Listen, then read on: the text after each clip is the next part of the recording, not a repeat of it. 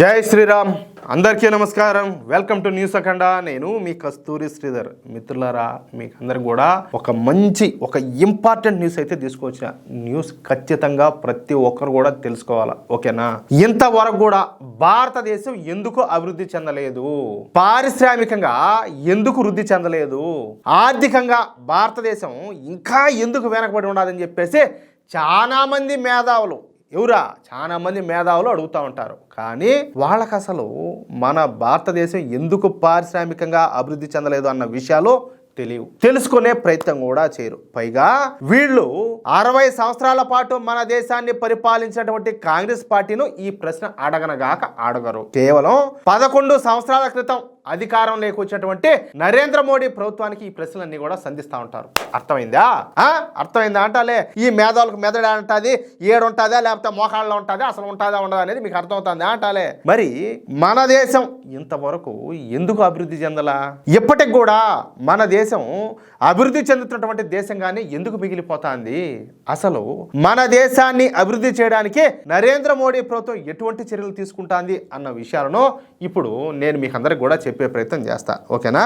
News మాత్రం చెప్పినా కదా, చాలా ఇంపార్టెంట్. ప్రతి ఒక్కరు కూడా కొంచెం క్లారిటీ అనేది వస్తుంది అనమాట ఈ న్యూస్ వినడం ద్వారా, ఓకేనా? America, Britain, France, Germany, Italy, దక్షిణ కొరియా, తైవాన్, జపాన్ వంటి దేశాలు అత్యంత అభివృద్ధి చెందిన దేశాలుగా రూపాంతరం చెందినాయి. రెండవ ప్రపంచ యుద్ధంలో ఈ దేశాలు తీవ్రంగా నష్టపోయినప్పటికీ కూడా మళ్ళీ అత్యంత వేగంగా పైకి దూసుకొచ్చాయన్నమాట. అందుకు కారణం వచ్చేసి ఆ దేశాలు పారిశ్రామికంగా అభివృద్ధి చెందడమే కాకుండా కొత్త ఆవిష్కరణలకు ఆ దేశాలన్నీ కూడా శ్రీకారం చుట్టాయి. ముఖ్యంగా ఈ అభివృద్ధి చెందినటువంటి దేశాలు తమ దేశంలోని ప్రైవేట్ రంగాన్ని ప్రోత్సహించినాయి. ఇక్కడ ఏమైనా మాట్లాడితే ఓయమ్మ మోడీ అంత దేశాన్ని నాశనం చేస్తాడో, అంత ప్రైవేట్ పరం చేస్తాడో అని చెప్పి మాట్లాడతారు. అసలు మీరు ఒకసారి ఆలోచించండి. అందరినీ నేను అనడంలే, ఎంతమంది ప్రభుత్వ ఉద్యోగులు సమయానికి ఆఫీసులు పోతారు, వాళ్ళు తీసుకుంటున్నటువంటి జీతానికి ఎంతమంది న్యాయం చేస్తారు, ఎంతమంది లంచాలు దొబ్బకుండా ఎంతమంది నిజాయితీగా ఉంటారు? మీరు ఒకసారి ఆలోచించండి. మళ్ళా అమ్మా నాయన నరేంద్ర మోడీ నాశనం చేస్తాడు, వాళ్ళకి కట్టబెడతాడు, వీళ్ళకి కట్టబెడతాడు, ఎందుకులే బాగుండదు, ఆ విధంగా అన్నీ కూడా మాట్లాడతారు. ఇదంతా కూడా హాఫ్ నాలెడ్జ్తో మాట్లాడే మాటలే, ఇవన్నీ ఏం తెలివి ఉండి మాట్లాడే మాటలు కాదు. అది కూడా మీకు అర్థమయ్యేట్టుగా చెప్తా ఉండండి, అది ఎట్టనేది కూడా. అయితే ఇందాక నేను చెప్పినటువంటి ఈ అభివృద్ధి చెందినటువంటి దేశాలన్నీ కూడా ప్రైవేటు రంగంలో కూడా పరిశోధనలకు పెద్ద ఎత్తున ప్రోత్సాహకాలు అదేవిధంగా రాయితీలను అందించినాయి. అలాగే ఆ ప్రైవేటు పరిశోధనాశాలలకు పెద్ద ఎత్తున ఆర్థిక సాయం కూడా చేసినాయి. అంతే, ఇక ఆ దేశాలన్నీ కూడా ఒడివడిగా అడుగులేసాయన్నమాట.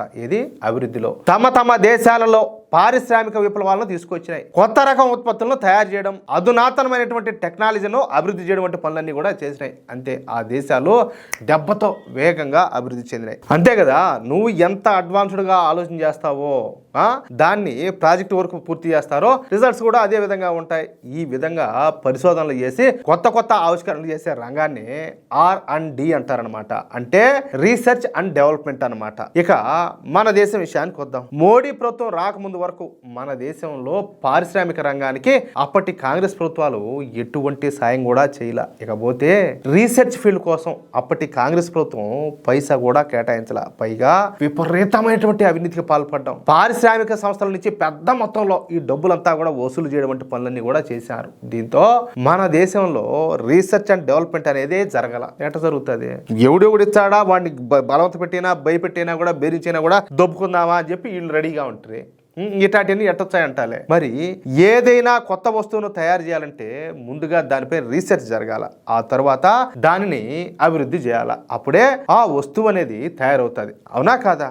సపోజు మీకు ఇంకా అర్థమయ్యేటట్టు చెప్పాలంటే, ఒక కారును ఒక సంస్థ తయారు చేయాలనుకోండి, ముందుగా ఆ కారును ఎలా తయారు చేయాలా, దానికి ఏ టెక్నాలజీ వాడాలా, అందులో ఎటువంటి లాజిస్టిక్స్ ను ఉపయోగించాలన్న రీసెర్చ్ అయితే జరగాల్సి ఉంటుంది అనమాట.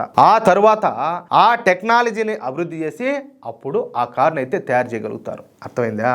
కానీ భారత్లో పరిస్థితులు అందుకు పూర్తిగా విరుద్ధంగా ఉన్నాయి. చాలా వరకు కొత్త ఉత్పత్తులను మనం విదేశాల నుంచే దిగుమతి చేసుకుంటున్నాం. అందుకు కారణం వచ్చేసి మన దేశంలో రీసెర్చ్ అండ్ డెవలప్మెంట్ లేకపోవడమే.